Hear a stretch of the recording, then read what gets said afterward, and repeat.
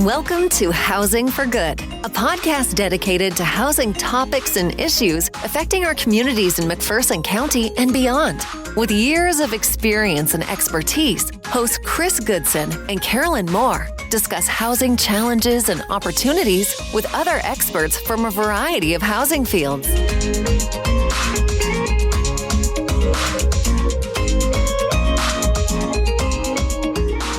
Good afternoon and welcome to Housing for Good. I'm Karolyn. And I'm Chris. So, Chris, we want to remind everybody about Brush Up Mac coming. When we get into January, you will be able to find the homeowner application and the volunteer applications on our website, McPhersonHousingCoalition.org. And that date is April 19th, April correct? 19th, yes. Okay. So we wanted to keep reminding people that if you have a neighbor or maybe you have a family member that is older, they own their home, we want to be able to help them.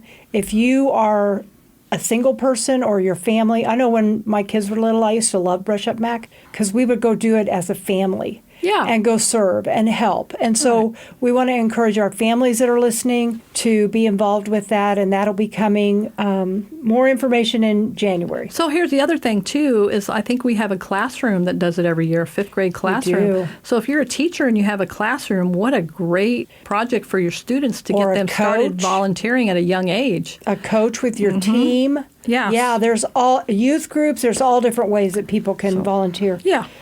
Okay, so Chris, I know that Joey, our producer, he gives us information that he has seen going on around the country to help us with In the News. So what do you have for In the News right now? So the first thing I have for In the News is a UCLA professor says he's homeless due to low pay. So we have a professor in California who cannot afford to live in the community where he teaches at a collegiate level. And this is somebody highly educated. There should be no reason that he's homeless, and he cannot afford it based on the pay and what the housing cost is. So what's wrong? Is he not getting enough pay, or is the housing too expensive? Yeah. But that shows you that anybody can have this happen to him or her or whoever. Yeah.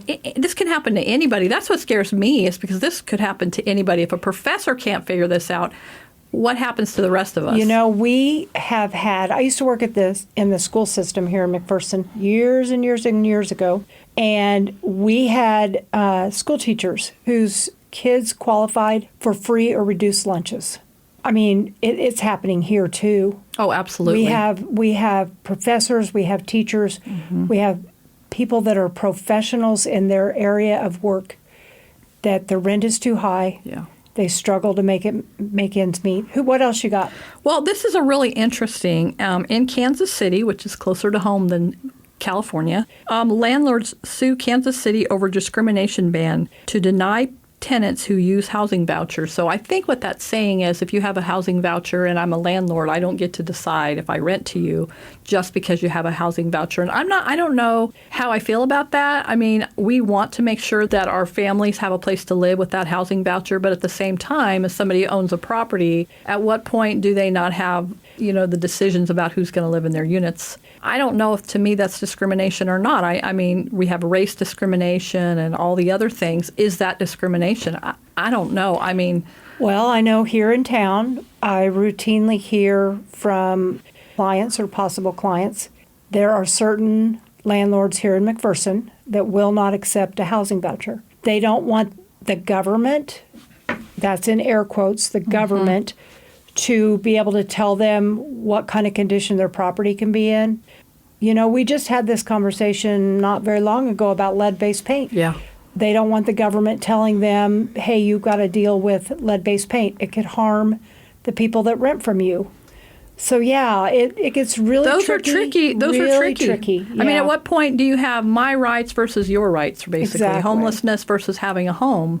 I mean, that's a good one, and I'm glad that we're not at the legislative table trying to debate this, but we have to look at it from different sides. Yeah. As a homeowner versus somebody who's trying to find a place to live. What does that look like? So, I mean, it's just really good stuff to be thinking about. What does that look like? What should we be doing as a country? Do we need to be making new laws? Do we not? Yeah. I mean, you have to balance everybody's rights and all of that, and it gets very, very tricky. Yep. So we would just encourage you, if you're listening, please educate yourself. pay attention to what's going on in other parts of the country, because ultimately, just like the criminalization of homelessness that we saw happening in Oregon, that same kind of thing is making its way across the United States, where those discussions are being had. So educate yourself and join in on the conversation. There's really difficult subjects that have to be addressed. One of the difficult topics, we are going to start the conversation today. Amy works for Safe Project, and she is joining us today. So, Amy, introduce yourself to our... And welcome. Thank welcome. you. Introduce yourself to our listeners and tell them about your organization. So I'm Amy. I'm a Safe Project case manager. Safe Project, it's a collaboration between DCF and Catholic Charities, the Wichita Diocese. They saw a need for TANF clients. That's how it started, was we only helped with TANF clients. Can I stop you for a minute? What's TANF? Okay, TANF is Temporary Assistance for Needy Families. Some people would know it as cash assistance. Okay. But our program is specifically for domestic violence and sexual assault survivors. So we've collaborated with DCF. We cover 25 different counties. Wow. It's the whole Wichita Diocese area. And then I cover 7 counties. McPherson, Marion, Morris, Chase, Harvey, Reno, and Rice is my coverage area. Then we have case managers down in southeast Kansas. We have some in the Wichita area. They cover a couple counties. And then there's one down in Winfield, but they cover 5 counties. So we cover whatever the Wichita Diocese area covers. I'm specifically housed in DCF. My headquarters is in Hutchinson right now, possibly relocating to McPherson. But we get referrals from the Career Navigators, which is a work program. Our program is designed to help achieve long-term stability for domestic violence and sexual assault survivors. So we have curriculum, healthy relationships, boundary setting, safety planning, of course. We can help limited financially, like if somebody needs to be relocated, we can help pay for rent and deposit, utilities, utility deposit, provided that the landlords agree to work with Catholic Charities. We don't have housing that we can put people in. Of course, we have shelter. Our shelter is Harbor House down in Wichita. So if there's availability there, we can house people who are trying to get out of an unsafe situation. SAFE stands for Safety, Advocacy, Finances, Employment. So we start with the safety part. So if somebody is needing to get into shelter or a hotel stay, be relocated, we start with safety planning. That's always the first thing that we cover. The next part is advocacy, and that's where the healthy relationship education comes in, the boundaries, how to set healthy boundaries, coping skills, grounding methods, budgeting. That's another big one. We have employment readiness curriculum. We try to support survivors in every facet that we can to help them maintain or achieve stability when leaving a abusive relationship. The finances would be budgeting, financial curriculum. We also refer to like the consumer credit. So you wrap them with as many services as you can find, it sounds like, to me. Yes. And then we also refer them to outside agencies, community resources. It just depends on, everybody needs something different. I mean, they're all coming for a specific reason, but every case is completely different. So yeah, we run into that a lot. And I know when we get contacted by somebody and they mark, I'm in a domestic violence situation, the very first thing we do is refer them to you or an agency like yours, because I'm not educated or trained to help in that aspect. Sometimes I know that we talk to people, they can be men or women, but you talk to them and they're just not quite ready to take that first step, or they go back after they've left, because sometimes the monster you know is better than the monster you don't know, and it can be extremely scary Yes, definitely. Yeah. And that's something I'm curious about, and I don't know if you're comfortable addressing that, but when you're looking at these families, women, I'm guessing it's mostly women. You probably have some men. Most of the time, yes, but we do have There's men. so many rumors out there or things that are not necessarily true about that as far as why did they go back? Why don't they leave? What is going on within the family? I think a lot of people would be really interested in that part of it because I get those questions a lot. Sure. I'm not a professional in this particular field. I can't answer that question, but I'm curious about making our people more aware of why is this happening and why do people not just get up and pack off and leave and go somewhere safe. Sure. Well, sometimes it's financially. Like they a lot of times they've been isolated so much they don't have contact with their family. They don't have contact with friends. They haven't been working. They have been beat down so much that they just feel like they are dirt. Like they have absolutely no self-esteem, no self-worth. That's what the abuser has been doing for usually years, is because they want power and control. So domestic violence is about power and control. And it's not just physical. Oh, no. Most of the time, we have been trained that the best abusers never raise their hand.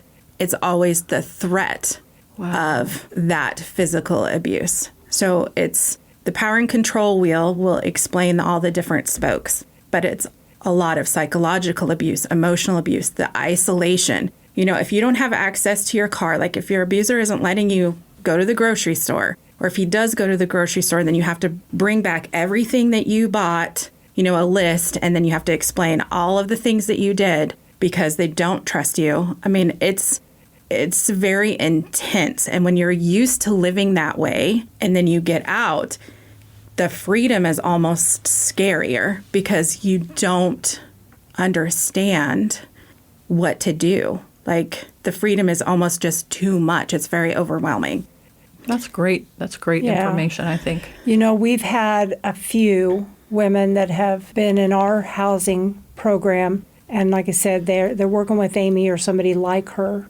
And the one thing that I have to remind them is if anything about what you're going through feels normal, what you were living is not normal. So what you should be feeling right now won't feel normal until we can get you further down the road. But it takes a lot of courage to leave what you know, regardless of how awful it is, and to move into something where now you're trusting people that you don't know, that they're actually going to take care of you and help you till you're strong enough to face it on your own kind of thing. How long can you work with people, Amy? As long as they are staying in contact with me at least once a month. Okay. So I just have to have contact. So it can go on for years if it needs to. Yes. Wow. And a lot of my clients have been years. Okay. So, yeah. And another thing, going back to why don't people leave, you have to remember that they've also seen what the community sees as this upstanding, kind, compassionate person. And so because the survivor has also seen that too, they want that to come back. And so they hold out on hope that, okay, I've seen how amazing he can be. Like at the beginning of the relationship, he was so kind and he took care of my needs and he loved me. And, the list goes on, created all of this safety. And so then they're hoping that it'll go back. And then you also have to remember if they do leave, then a lot of times the abuser's like, I'm so sorry. I didn't mean to do that. I'm going to go get treatment. I'm going to go do this. I'm going to, whatever the laundry list is, these people love their abuser. Like we're all human beings. We want to be loved and we love as well. And so you also hold out hope that that's really going to happen. It takes 7 times on average for a person to leave a domestic violence relationship. So there's a show called The Maid. Have you seen it? Mm-hmm. I thought that was probably one of the best shows I'd ever seen on domestic violence, showing the manipulation. And you would have a different perspective because you're in it every day. Yes. But just from our perspective, I felt like, wow, this is such a good... It was a good visual. Especially when she was going down in that pit. Yes, that was really... And the fact that she didn't have any support from her family and she was kind of isolated in the way she was treated. I was like, we really recommend a lot of people watch that show so they can see what homelessness looks like. domestic violence and how that's all connected. Yeah. So anybody out there, I would recommend you watch The Maid. I saw it on Netflix. I don't know if it's on something else, but it was probably the best show I've ever watched on that. Mm-hmm. And I have been following her. I can't remember what her name is, but I do follow her on Facebook. Either. Yeah. But she's very, very good, and she's written some other books now following. It's amazing to see her journey out. She's college educated. Mm-hmm. She writes books. She's remarried. What an inspiring story for those who are out there who are survivors, that this is possible. Yeah. So, Amy, in thinking about this topic and how difficult it can be, if someone has an association or opportunity to know somebody, and you just think, what is wrong with this situation? What would be the best way, or is there a best way to try to reach out to that person to let them know that you care? Well, just doing that, let them know that you care. And the other thing, too, is a lot of times outside, people don't necessarily believe the survivor. Like, if they do try to tell their story, they're like, oh, you're just exaggerating. Oh, he's really such a nice guy. You must have misunderstood. And so then they're not believed. And so then that's more validation that what their abuser is telling them is, and so then their reality starts becoming, oh, I am the crazy one. Oh, I'm the one with the problem. Yeah. And so if you suspect that somebody is in a domestic violence relationship, just being there to support them and being a safe place or providing a safe space, and that could just be a conversation, sometimes that's how it starts. Yeah. So I'm curious about the organization. Are volunteers ever a part of anything that you do? Or do you down take at donations? Harbor House. Yeah, down at Harbor House, we have lots of volunteers. That's the shelter. And they get all kinds of community donations for, feminine hygiene products, body soap, like the things that people need, sometimes toys. Usually around the holidays, we get toys and blankets. Are all there that kind of special stuff. events too then? Do you have special events during the year, things people could go do to support what you're doing? Is there things? So because Harbor House is a domestic violence shelter, and that's a confidential, we do have events, but since that's a confidential location, the best way is if somebody wants to get involved or help would be to contact Catholic Charities. Okay. And you can just Google Catholic Charities Wichita, and their administration office will come up, and then they can speak to somebody there. So here's a question I ask everybody, and we don't give it to you ahead of time because I really want this to be more spontaneous.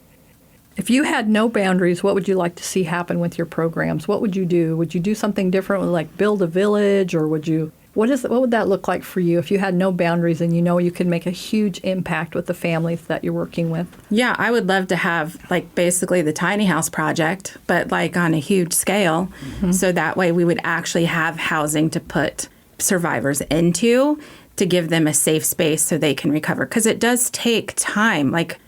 Getting out of a domestic violence relationship, it takes years to recover from that abuse, and then to get stable, especially if you weren't working. And now with this economy, it's really hard to even get employment, especially with all the layoffs lately. The job market's going to get saturated, and, it's a scary state of affairs. Yeah, our emergency shelter only gives a place for 90 days. But at the end of that 90 days, if that family's working really hard, we'll still help them with housing. We'll still work with them for as long as we're able to. In your situation, I could very well see where they would almost need to be able to at least plan on a year, maybe 2, before they were ever asked to look for another place to call home or begin to work with a landlord. That entire situation would be way longer. So that you feel safe where you're at. I'm thinking of Sutherland Estates, permanent supportive housing.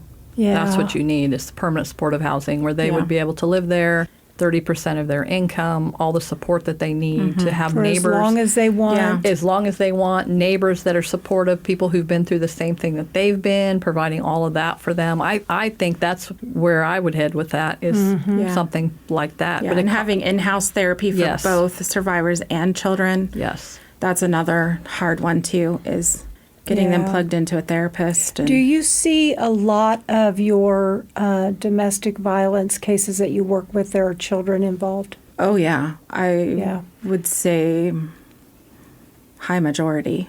And And that's unless- another reason why it's hard for them to leave, too, because, oh, this is their dad. I don't want to keep them from their dad. Yeah. And a lot of times the dads aren't abusing the kids. They're just abusing mom. But you can't be a good dad if you're not taking care of your kids' mom. Well, and I've also talked with a client who she wanted her daughter to have that relationship with dad, and getting her to think through, if she is watching him abuse you and speak to you in this way and treat you this way, what is she learning about how the man in her life that she will one day love, this is okay for him to treat her like that? But again, it has taken them years to get to the point where they can control this person the way they do. And so for that abused person to then be able to think critically about those different levels of what the child is observing, we see that with trauma brain is what we call it. I don't know Yeah, if you call it the that's- same, but I try to tell people they can't just get up and get out of their car and get a job because they can't think past right now, today, this meal, tonight. And so, yeah, it gets really, really complicated. I'm just so thankful that you are doing the work you are. And I know we have called you on multiple occasions to get your advice and to refer somebody to you. Is there anything else that you would like listeners to know either about Safe Project or domestic violence? I know this is a huge topic and we're giving it just a window of time. I think we'll need to have another conversation with Amy about it. But anything that you would want, just based upon what we've talked about today, that you would want listeners to know? I really think the biggest thing is just if somebody discloses domestic violence, that they believe them, because they have been told that they are crazy and what they're thinking is not real. And then almost always it's spun back on them so that they're blamed. And so when they open up, is to believe them and then know the resources. Where do I send this person? Good advice. That's great advice. So how would somebody, if they're listening to this and they say, ooh, what is the number where somebody could call your office and leave a message, or is there a website that you would refer them to? So Catholic Charities has a website, and there's a specific tab for Safe Project. And that gives all of the information about Safe Project, and it also gives a link to call my director, who is Perfect. housed at Harbor House. So So- Safe Project. Yeah. So, well, it's On Catholic Charities, Wichita, the Wichita Diocese. And then on their website, there is a tab that says Safe Project. And you might have to go to the ministries and then click on Safe Project. Okay. But yeah, Safe Project has all their contact information. Yep. Same way, like if it's like an emergency, Harbor House is really, and the crisis line is going to be on there as well. Okay.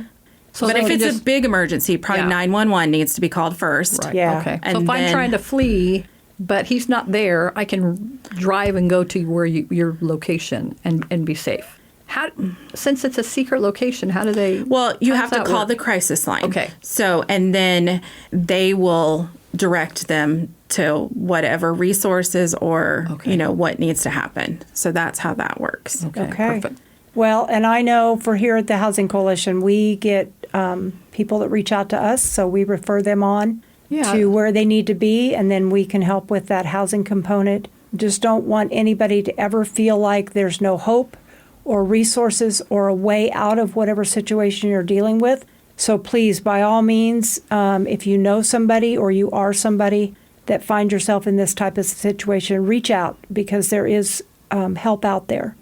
Thank you so much Yeah, thank you for joining coming us. today. This was Thank you. incredible. I learned a lot. I always learn so much it's so wonderful having all these guests who are so passionate. I mean, I can tell you're very passionate about what you do. You know how important it is, and you're doing great work. So we appreciate you a lot. Thank you. So we want to tell our listeners to please leave us a review on this episode and any other episode that you might be listening to.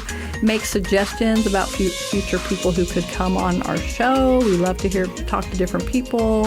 Absolutely. And so, yeah, thank you for listening to Housing for Good. So go to Housing for Good at McPhersonHC.org, and you can leave that review or comment. Thanks for joining us. Thanks for joining us.